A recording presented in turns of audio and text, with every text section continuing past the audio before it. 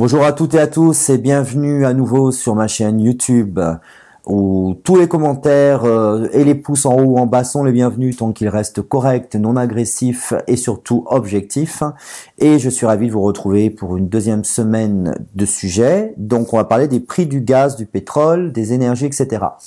Alors juste une petite parenthèse, je vous mettrai en lien le site d'où vient mon pull, puisqu'il y a eu des gens qui ont vu les vidéos en avance et qui m'ont demandé d'où ça venait. Donc ce sont des pulls irlandais, réellement irlandais, faits ici en Irlande et qui sont effectivement de grande qualité. Je vous mettrai dans les commentaires en dessous, enfin dans la présentation de la vidéo, le lien où vous pouvez acheter leurs pulls. Et je précise que je les ai payés, hein. Je suis pas sponsorisé par cette marque-là qui est ancestrale. Voilà, ça vient des îles Aran et ce sont des îles qui sont près de Galway, donc dans le comté de Galway, près du Connemara. Voilà, donc en plus c'est très joli et c'est fait de façon depuis des années, et la qualité est là parce que c'est de la pure laine évidemment. Et les prix sont très corrects parce qu'ils font toujours des promos. Enfin voilà, moi je m'en suis acheté un et je le trouve super.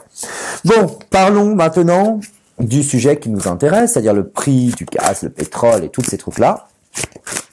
Donc, est-ce qu'on a une inflation? Oui, ça, vous n'avez pas besoin de moi en tant que voyant pour vous le confirmer, puisque c'est un truc que vous savez, puisque vous le subissez comme tout le monde dans le monde entier.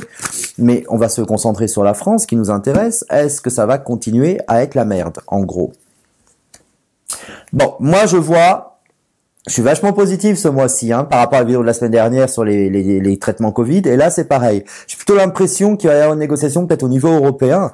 En tout cas, il y a la naissance d'accord, de quelque chose qui va... Je pense qu'on arrive à un plafond actuellement. Donc, je précise que je tourne la vidéo le 2 octobre. Donc, si jamais, évidemment, ces infos sortent après que ça soit tourné, mis en boîte et dans YouTube, vous m'en voudrez pas. Parce qu'effectivement, je peux faire que la vidéo au moment où... parler de ce que je vois au moment où je fais la vidéo. Alors, qu'est-ce que ça nous donne toute cette histoire? On va regarder. Est-ce qu'on a quand même quelque chose qui s'arrange? Ouais, on voit, vous voyez, on parle de l'énergie. C'est comme je vous ai montré la carte la semaine dernière sur la science. Je vous parle de l'énergie. On a la carte de l'énergie qui ressort. Alors là, encore une fois, si on me dit que la voyance c'est bidon, il faudra m'expliquer. Bref, donc, on a la protection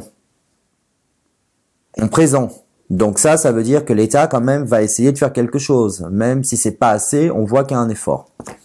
L'initiation, ça veut dire qu'effectivement, je pense qu'ils ont appris de certaines erreurs et qu'ils vont essayer de faire au gouvernement quelque chose de correct, j'espère. Ça, c'est les échanges. On a l'eau. Voilà, donc il y a les fluctuations, ça va, voilà. La richesse, donc ça veut dire que ça y est, ça stoppe un petit peu sur le côté dépenses dingues.